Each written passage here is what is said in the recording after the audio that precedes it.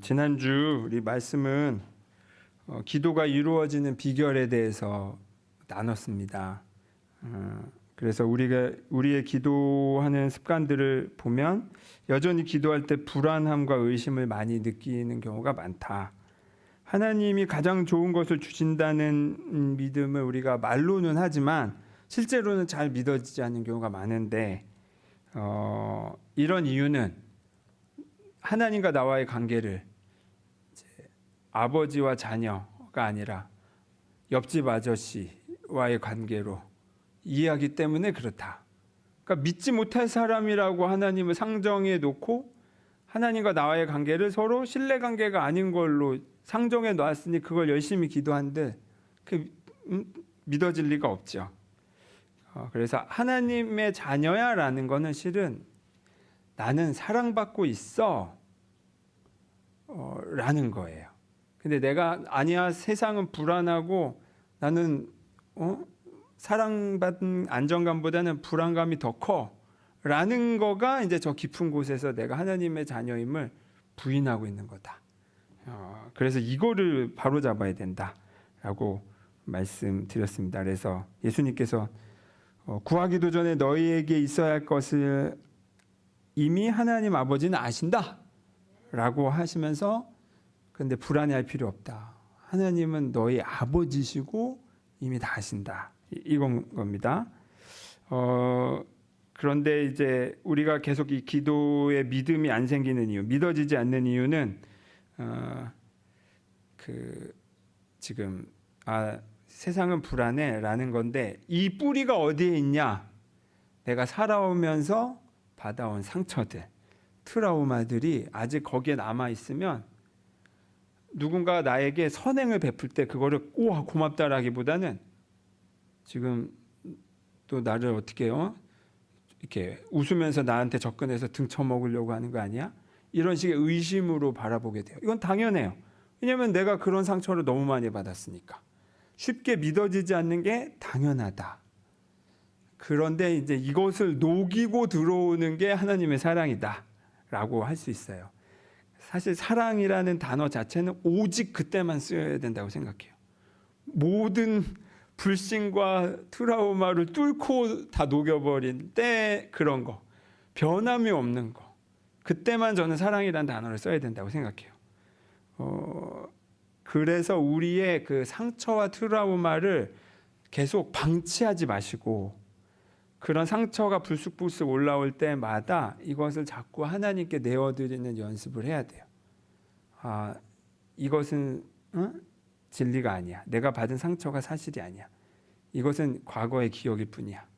그리고 하나님의 사랑이 이것에서 나를 되돌려 놓고 있어. 이거를 자꾸 기억하고 경험하는 거. 물론 말도 되게 중요해요. 말도 굉장히 중요하고 말에서부터 모든 게 시작되니까.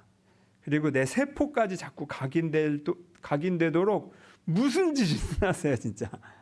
우리가 그 영성 프로그램을 제가 하는 이유, 그리고 수요 모임의 골방 기도회 때 많은 거 하는 이유는 바로 내 안에 나도 모르게 있는 상처들이 녹도록 하는 다양한 장치들이에요.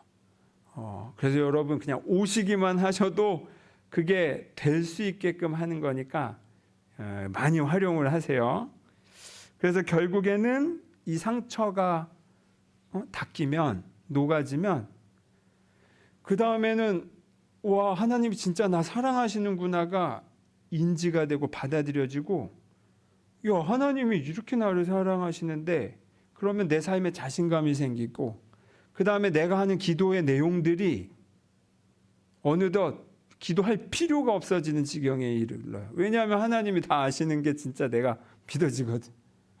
내가 지금 당장 당면한 일이 있는데 내가 바라는 방향이 있긴 한데 혹여 그렇게 되지 않아도 내가 다 헤아리진 못하지만 하나님의 더 큰 뜻이 있겠구나가 받아들여져요.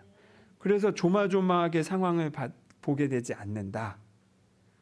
이게 이제 지난주에 나눴던 내용입니다.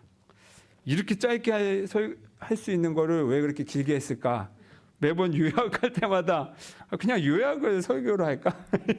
이렇게 생각하게 돼요. 자, 오늘은 또 하지만 길게 준비한 게 있어요. 오늘은 자살에 대해서 나누고 싶어요. 자살에 대해서. 지난 한 주간 우리 지역에 그 자살 소식 그 3건이나 건너 들었어요. 그리고 저는 사실 여러분에게 고성이 어떤지 모르겠는데 저한테는 너무 이렇게 예쁜 동네가 있나. 정말 저는 제가 살아본 모든 지역에서 제 고향을 포함해서 가장 만족도가 높거든요. 고성에서 사는 게. 그러니까 참 있을 곳에 있는 것 있구나. 저는 이런 마음으로 지금 살고 있어요. 그런데 이런 소식들을 들으면 이제 낯설죠. 그리고 우리 고성의 그 자살률이 굉장히 높대요. 굉장히 높다고 해요. 그러면서 이제 이 주제에 대해서 저는 사실 전부터 저는 죽음에 대해서 관심이 많았다고 했잖아요. 자살도 당연히 관심이 많았어요. 자살을 다루려면 많은 것들이 이제 엮여요. 막 안락사 문제네, 뭐네, 그거를 기독교적으로 어떻게 볼 것이냐. 이거는 잘잘법 유튜브 잘잘법에 잘 소개돼 있으니까 그런 거 이렇게 한번 살펴보시고 다만 가려서 보시기를 권합니다. 목사님들이 말하는 거라고 해서 다 들으시면 안 되고 가려서 들으시길 바라는데 오늘 이 설교를 통해서 또 제가 여러분에게 그걸 말씀드리고 싶어요. 기독교인에게 자살이라고 하면 바로 자유현상으로 떠오르는 게 뭐가 먼저 떠오르세요? 그냥 바로 탁 떠오르는 거예요. 자살하면 떠오르는 단어 죄, 또 지옥가 이런 단어 떠오르지 않으세요?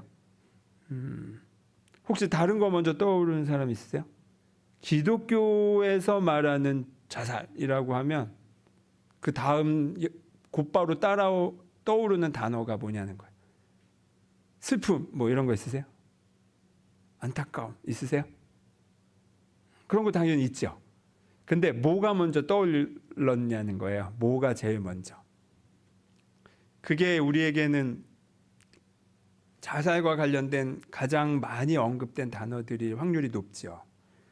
근데 저한테는 죄와 지옥이었어요. 죄와 지옥. 그리고 어떤 면에서 우리는 만약에 기독교인들이 자살했을 경우 혹은 자살을 시도했을 경우 이렇게 할 수 있죠. 어떻게 교회 다니는 사람이 어떻게 집사가 장로가 그런 마음을 먹어. 혹은 네가 복음을 전해야지. 그런 식으로 나약해서는 안 돼. 정신 차려. 라는 말 혹시 들어보신 적 있으신가? 여러분 기독교인이라고 해서 죽고 싶은 마음이 전혀 안 들까? 들죠. 그리고 그것은 그만큼 고통스러운 일을 겪었다는 거죠. 사실 죽고 싶다는 감정은 내가 이 세상 어디에도 있을 자리가 없다라는 극단적인 고립감과도 비슷해요. 어디에도 내 있을 자리가 없구나라는 그 극단적인 외로움. 경험해 보신 분은 아실 거예요. 크고 작게라도. 그런데 사실 상식적으로 생각해 보면 기독교에서 바라보는 자살이 바로 죄와 지옥이라는 단어가 떠오른다는 것은 사실 이상한 거예요. 왜냐하면 누군가 자살한 상황에서 그 자리에서 필요한 게 뭔가요? 당장 필요한 게 뭔가요? 재판인가요? 재판이에요? 죄를 지었냐 안 지었냐 이거 따지는 게 지금 가장 필요한 순간인가요? 왜 근데 거기서 죄라는 단어가 먼저 나오냐는 거죠. 왜 거기서 그 죄의 처벌의 결과로 너는 구원받지 못했고 너는 지옥에 가. 라는 말 밖에 왜 그게 가장 먼저 나오냐는 거예요. 이거는 한 번만 상식적으로 되물어봐도 이상한 거예요. 그 상황에서 필요한 건 재판이 아니라 처벌이 아니라 그가 스스로 목숨을 내려놓을 만큼 괴로웠던 이유가 무엇이었을까 살피는 마음이죠. 그리고 내가 그것을 곁에서 다 헤아려 주지 못했던 나의 안타까움이겠죠. 갑작스러운 사별로 더 고통스러워할 유가족들을 위한 위로와 이해와 내가 함께 있는 마음. 가장 먼저 떠올려야 되는 건 이런 거예요. 그런데 우리는 자꾸 죄를 강조하면서 우리의 신앙생활이 제가 자주 말씀드리잖아요. 죄라는 단어를 너무 강조해. 죄라는 단어가 당연히 우리 신앙의 개념의 한 부분으로 중요하게 있지만 마치 주객이 전도돼가지고 죄냐 아니냐만 따지는 죄감별사, 마치 병아리 감별하듯이 그냥 시시때때로 죄만 감별하는 게 신앙생활을 열심히 하는 것인 양 착각하고 있어요. 그거는 진짜 대단한 착각입니다. 그리고 이런 식으로 죄만 따져봤자 그 끝은 항상 뭐를 향해요? 죄의 결과로 구원받지 못했고 지옥 가는 거야. 항상 죄와 지옥이 세트로 계속 그런 단어를 우리가 너무 자주 집중해서 말해요. 그런데 이런 식의 신앙생활의 습관은, 태도는 본질을 잃어버리게 만들어요. 우리의 뇌는 말했잖아요. 부정의 언어를 인식하지 못한다고. 그러니까 이렇게 먹으면 안 돼라고 반복하면 다이어트 해야 돼서 먹으면 안 돼라는 말을 반복하면 뇌는 먹는다라는 단어에만 꽂힌다는 거예요.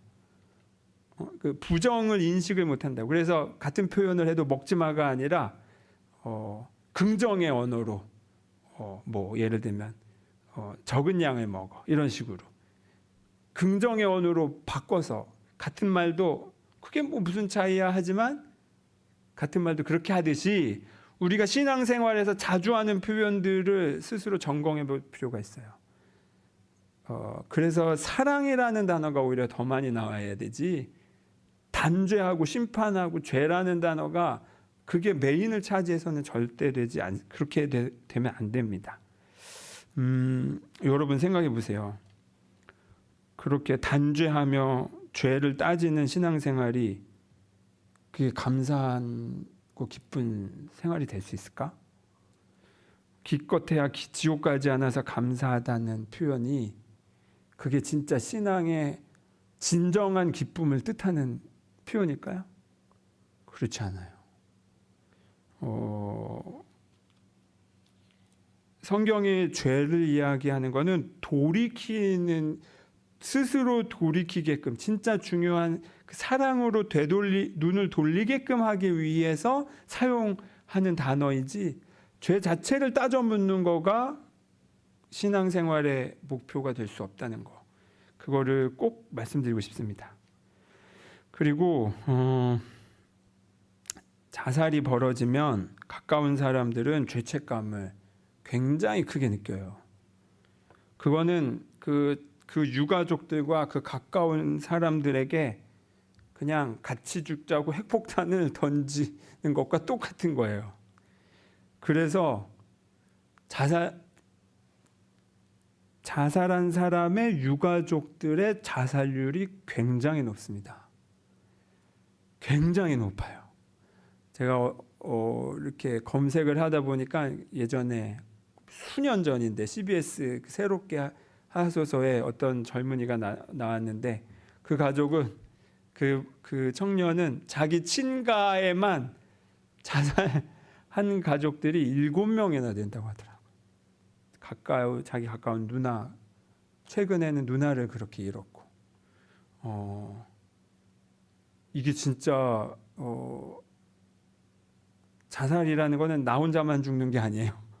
내 곁에 있는 사람들을 함께 그 구덩이에 빠뜨리는 일이기도 해요. 그 정도의 충격을 받는다는 거예요. 그러니 이런 사람들에게 어떻게 기거한다는 말이 어쩔 수 없어 지옥 갔어, 이런 말을 거기다 어떻게 합니까?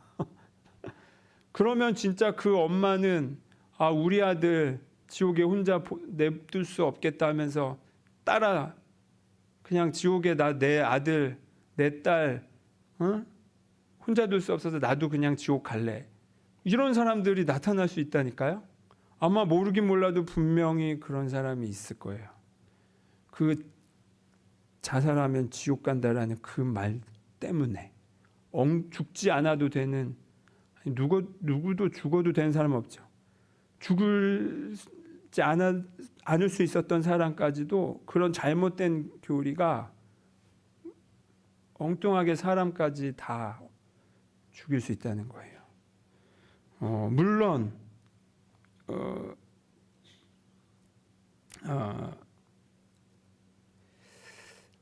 아니죠. 성경은 살인하지 말라라는 계명이 있어요. 그리고 거기에는 나 자신도 포함되어 있어요. 그리고 자살이라는 것은 나 살인을 했다라는 그것에 동일하게 해당되는 잘못 맞아요. 그런데 그렇다고 해서 그러면 이제 계명을 어겼으니 지옥 가, 이 말을 함부로 하는 것은 그 사람을 2번, 3번 죽이는 일이다. 그 주변 사람들까지도 죽이는 일이다. 저는 오히려 그 말을 하는 행위 자체가 살인이라고 말하고 싶어요. 그리고 예수님은 말씀하셨죠. 말로 하는 것도 살인이라고. 그러니 제가 이 말씀을 드린 건 그래서 다 죄인이야 이걸 강조하는 게 아니에요. 함부로 그 말을 해서는 안 된다는 거예요.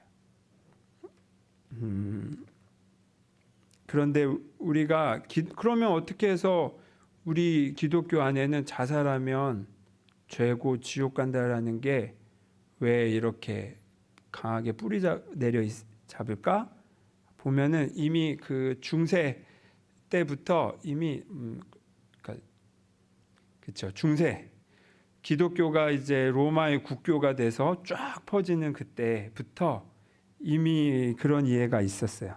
이 천주교와 개신교가 나뉘기 전부터 또 자살은 살인죄다 이렇게 규정을 했고, 이런 이제 교회 유명한 그 지도자들이 이제 그런 식으로 가르쳤어요.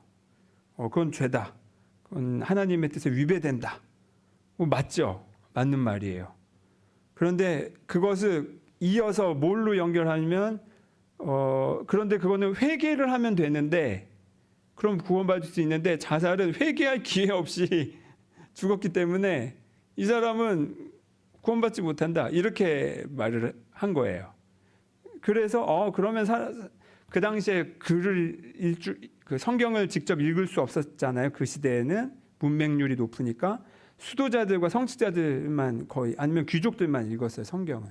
그러니까 성경을 접할 수가 없으니 그냥 그런 교회 지도자들이 하는 말만 듣고 전부라고 생각하는 게 있었어요. 그리고 그 민중들은 이제 그 자기의 불안이 거기에 덧대어져서 이제 지옥 같구나. 그리고 이런 말들만 쫙 강하게 퍼진 거죠. 왜냐하면 죽음과 자살이라는 거는 삶에 있어서 굉장히 중요한 주제인데, 이거를 자기 스스로 객관적으로 성경을 보고 인식할 기회 없이 그냥 듣는 말이 전부라고만 그 당시에 생각했으니까 그렇게, 그래서 자살하면 죄고 지옥 가, 이게 이제 강하게 자리 잡고 있었죠. 그래서 한술 더 떠서 중세에는 어떻게까지 됐냐면 당시에는 이제 고해성사, 그러니까 죄를 고백해야 그 용서받고 구원받는다, 이런 인식이 강하고, 그래서 천주교는 아직도 고해성사라는 게 있잖아요. 근데 자살하거나 자살 시도한 사람들에게는 고해성사, 그들은 고해성사를 할 수 없었으니까 그건 이제 구원 못 받았다, 그냥 이렇게 단정 지어 버렸고, 그리고 자살한 사람의 장례는 교회 그 공동 묘지에 묻히지 못하게 했어요. 장례 미사도 우리로 말하면 장례 예배를 아예 드려주질 않았어요. 그 성직자가 거부를 했어, 자살자에 대해서는. 그리고 이 문화가 너무 오래 강하게 있다 보니까 심지어 개신교 안에서도 그런 식으로 누구 기독교인인데 자살을 한 경우에 아예 집례를 거부하는 목사님들도 있더라고요. 그런데 그 루터라는 영화가 있어요. 저는 그 김학조 교수님 통해서 알게 됐는데, 루터, 그 종교개혁자 루터의 영화에 이런 부분이 나와요. 자살한 사람을 이제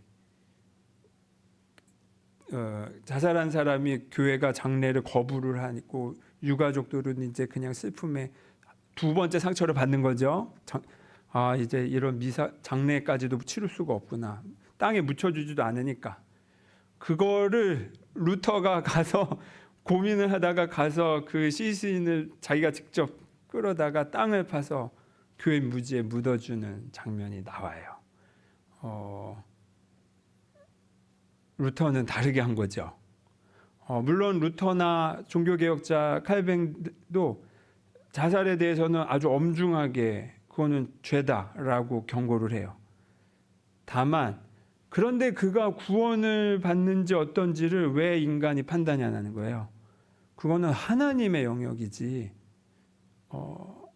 그러니까 자살에 대해서는 똑같이 경각심을 가지고 반대를 하지만 그것이 구원의 문제와는 꼭 그게 잘못된 것은 맞지만 그것을 함부로 지옥 간다느니 이런 식으로 표현은 하지 않았다는 거. 이런 차이가 있어요. 그리고 지금에 와서 천주교도 그 교리에서 그거를 바꿨어요. 그거는 여전히 자살은 죄지만 그러나 구원의 문제에 있어서는 자살이라는 것은 심리적, 사회적 여러 요인이 있기 때문에 그것을 함부로 그렇게 단정 지을 수 없다라고 그거를 바꿔놨어요. 자, 제가 늘 말씀드리잖아요.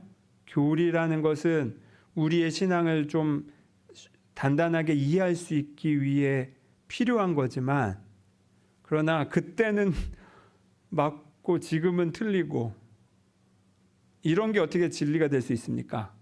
그렇기 때문에 항상 교리라는 것 너머의 것을 항상 보셔야 된다. 제가 그거를 강조하는 거예요. 그렇다면 성경에서는 뭐라고 말할까요? 자살에 대해서. 자살하면 지옥 간다라는 말 성경에 어디에 나오나요? 교리로 그렇게 강하게 자리 잡아 있으면 교리라는 게 다 성경을 근거로 하는 건데 어디에 나오나요? 성경에 나오지 않습니다. 그냥 다만 이런 건 성경 안에서도 자살한 사람들이 몇몇 나와요. 사울 왕도 그렇고 아히도벨도 그렇고 삼손도 결국 그 자살한 거잖아요. 근데 심지어 그 자살은 하나님께 힘을 얻어서 그 블레셋 사람들 그 먹고 노는데 자기를 희생해서 다 죽인 거죠. 이것도 어떤 면에서는 자살이죠. 나도 죽는 거를 선택한 거니까. 또 예수님의 제자 가룟 유다 같은 경우는 죄책감을 못 이겨서 자살했죠.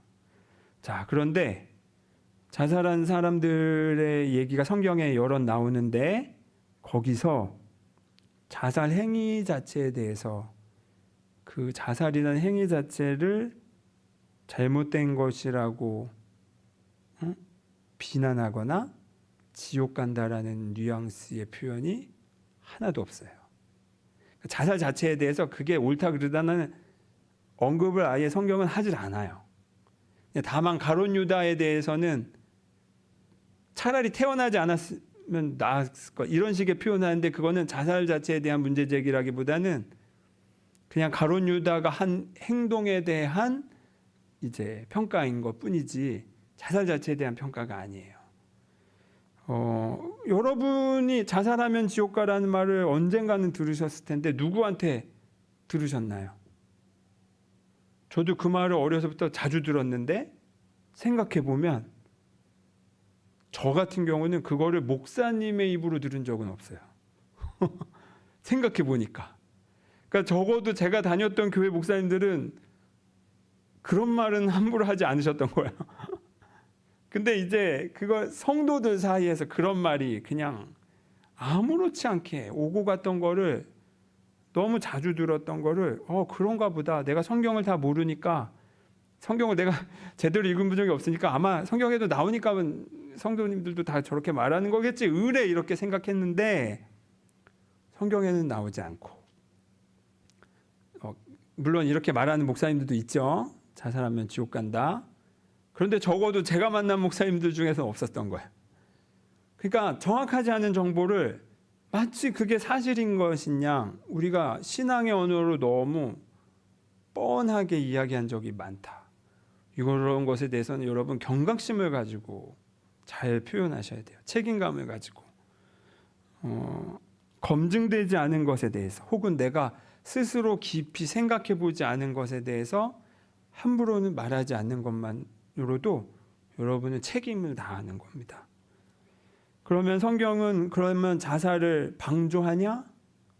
자살을 권장하냐? 아니죠. 아니에요.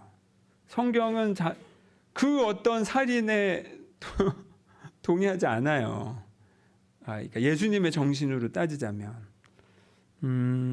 많은 부분이 그래요. 자, 욥기 1장 21절. 주시는 이도 주님이시요 거두시는 이도 주님이시다. 이거는 이 모든 것에 대해 특히 생명에 대해서 대입해서 보면 이걸 내 마음대로 할 수 있는 것가 아니다. 이건 하나님이 주신 거고, 하나님이 주신 것은 그만한 이유가 있다라는 이해라고 볼 수 있죠. 또 뭐 많아요. 뭐 살인하지 말라. 이 계명 당연히 거기엔 나 자신도 포함되는 거예요. 그리고 예수님은 그거를 바꿔서 이렇게 표현하시죠. 너 자신을 사랑하듯 이웃을 사랑해라. 살인 안 하는 수준을 넘어서 사랑해라 라고까지 확장을 하신 거예요.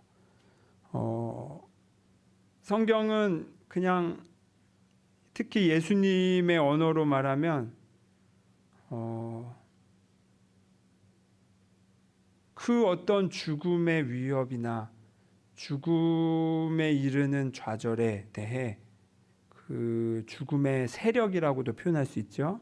죽음의 권세라고도 상징적으로 성경은 많이 표현하고, 그것에 대해서 성경은 단호하게 no라고 이야기해요. 자살은 하나님의 뜻이 아닌 것은 분명해요. 다만 근현대로 오면서 하도 중세 때 자살을 그렇게 인간의 죽음에 대해서 너무 함부로, 기독교조차도 함부로 말한 게 있다 보니 이 무지한 태도에 대해서 그 근세 많은 그 철학적 혹은 뭐 사상적 흐름이 그 기독교의 교리에서 벗어나는 식의 시도들이 많이 있었어요. 합리적으로 사고하려는. 그리고 그 중에 많은 부분은 그게 인류의 발전에 있어서 다행이에요. 왜냐하면 그렇게 중세의 신앙의 이름으로 억압한 것에서 빠져나올 수 있게 한 것에 대해서는 다행이에요.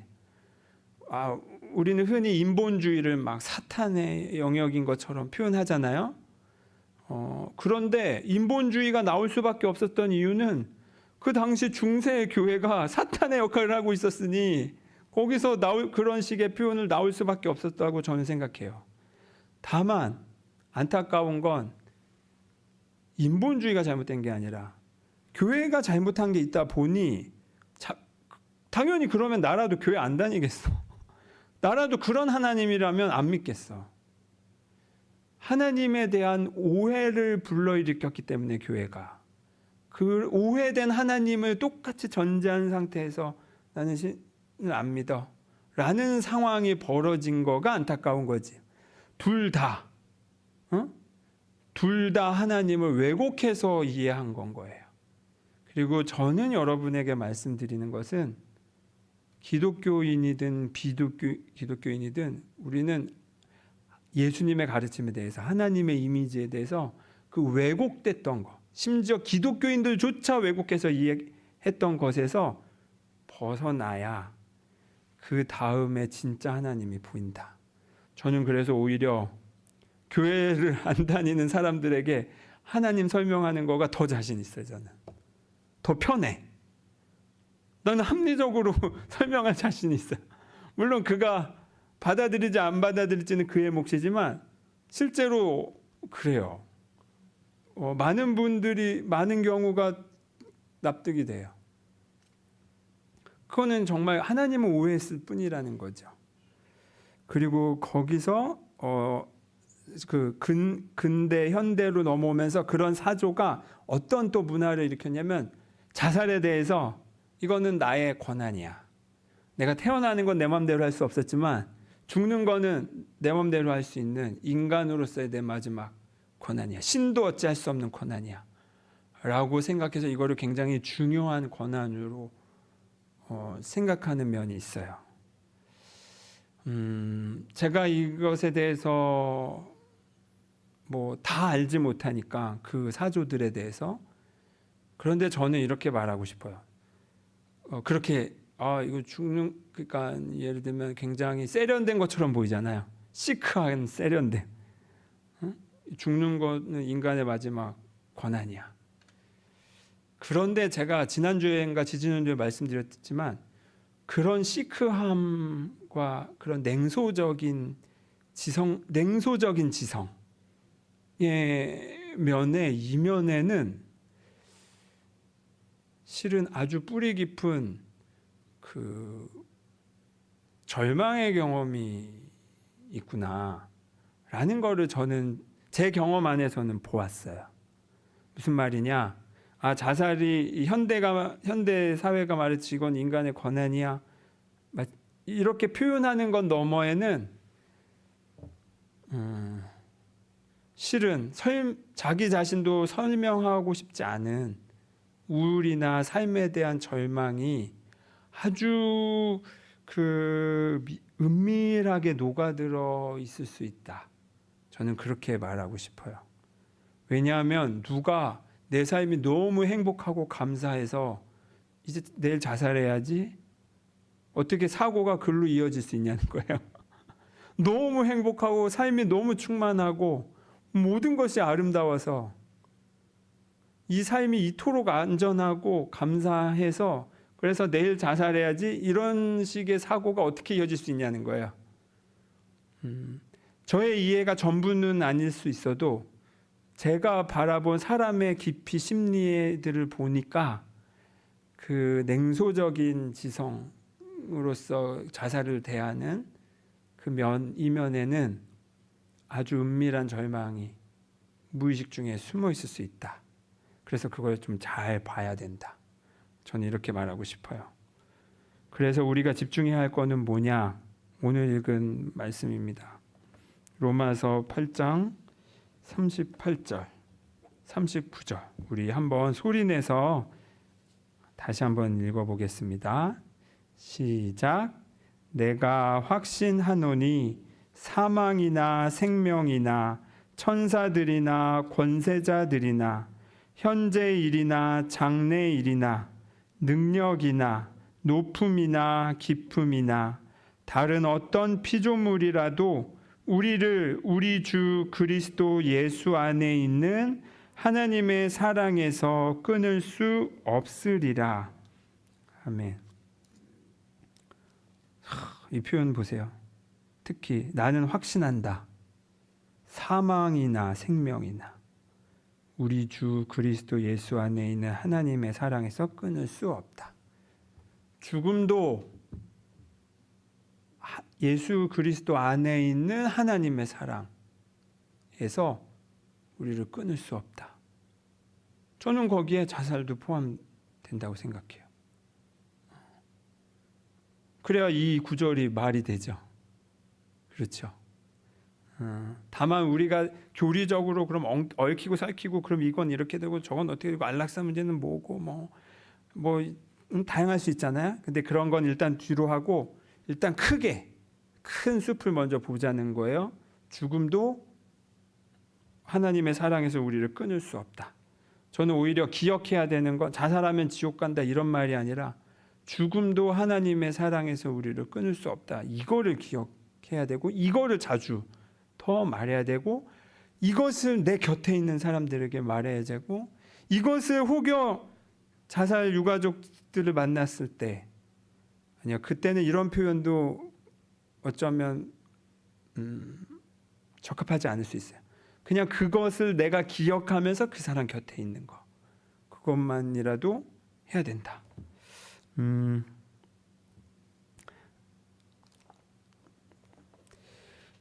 여러분,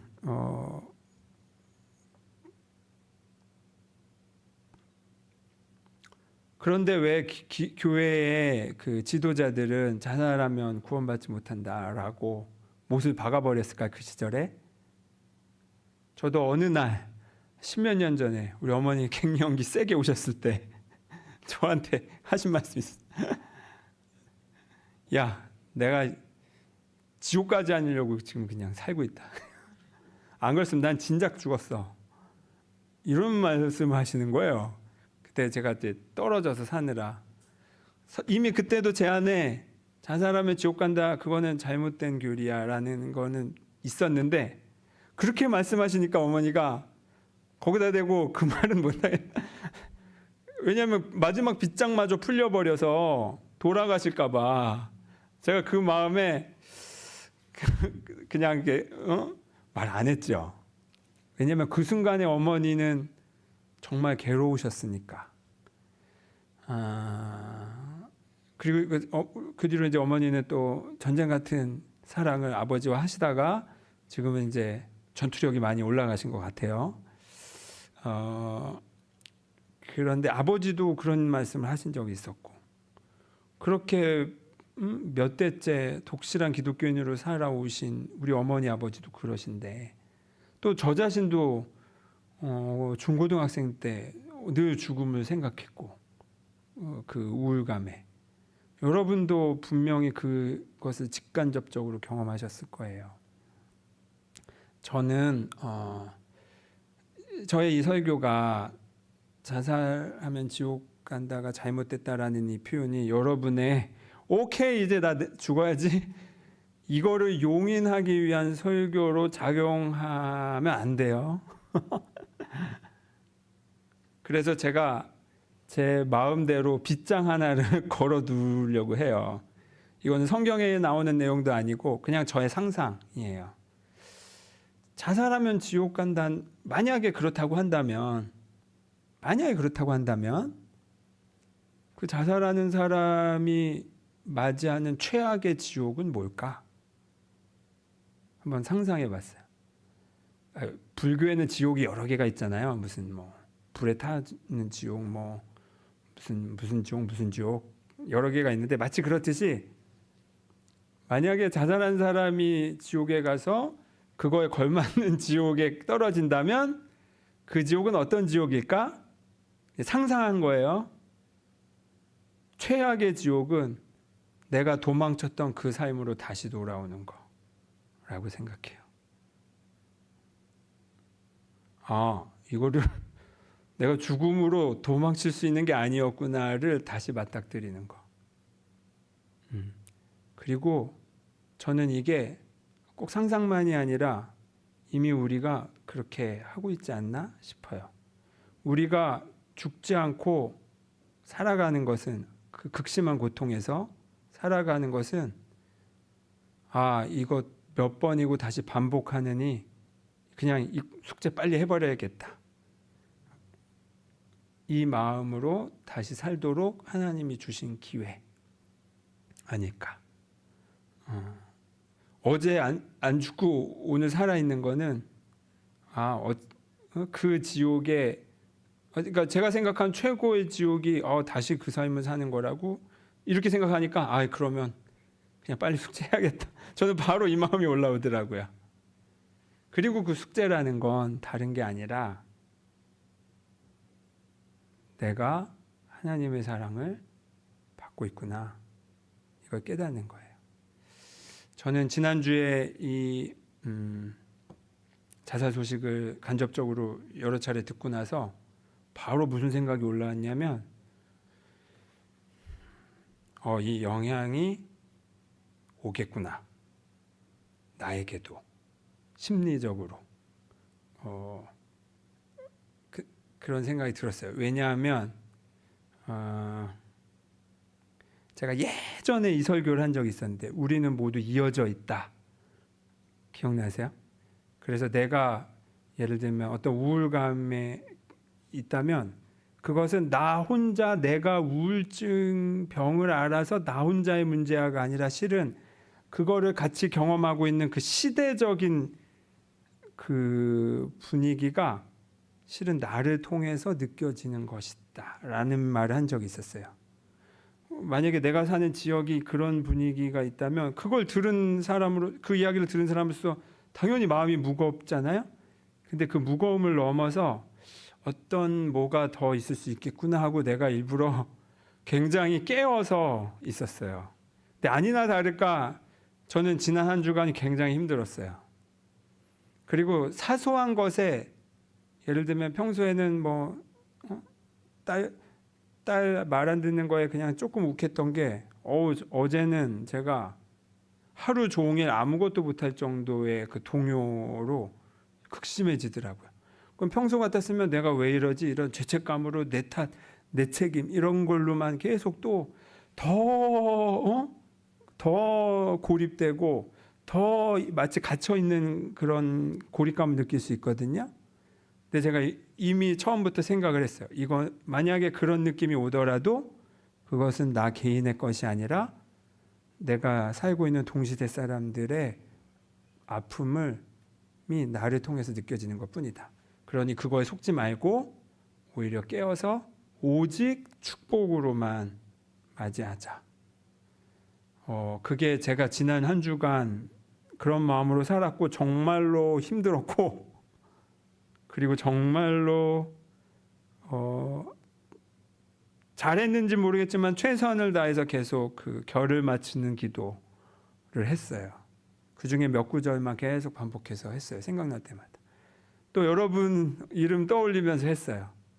혹여 또 여러분 중에 누군가 이유 모를 또 극심한 어려움이 그걸 또 느끼지 않을까? 했어요. 왜냐하면 반대로 내가 동시대에 영향을 받는다면 똑같이 나도 영향을 줄 수 있거든요. 나 하나가 직접 그 사람을 만나지 않아도. 여러분 이런 마음으로 사는 겁니다.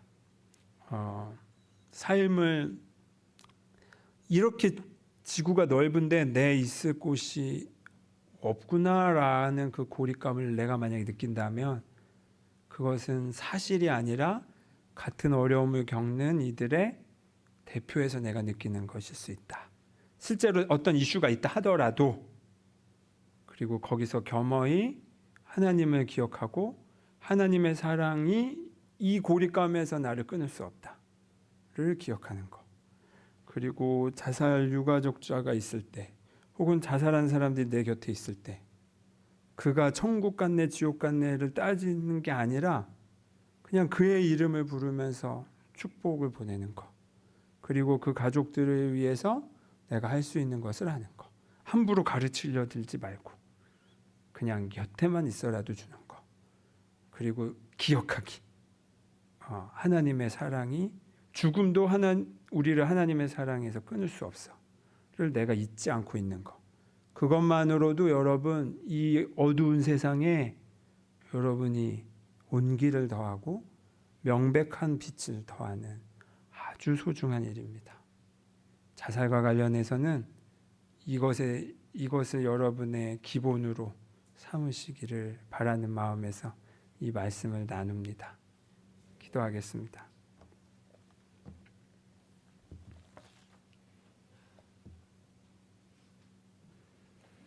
주님,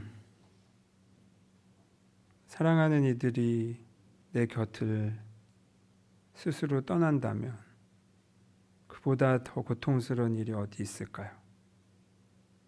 주님, 그렇기 때문에 더더욱 하나님의 사랑이 얼마나 크고 얼마나 직접적이고 얼마나 내 가까이에 있는지를 우리가 경험하고 잊지 않도록 도와주십시오. 하나님의 사랑이 죽음에서 우리를 끊을 수 없음을 우리가 명확히 알아야 내 곁에 있는 사람들에게도 도움을 줄 수 있지 않겠습니까? 주님, 우리가 그 사랑을 먼저 알아서 이 어두운 세상에 하나의 꺼지지 않는 등불이 되게 하옵소서. 예수 그리스도의 이름으로 기도드립니다. 아멘. 봉헌 찬송 드리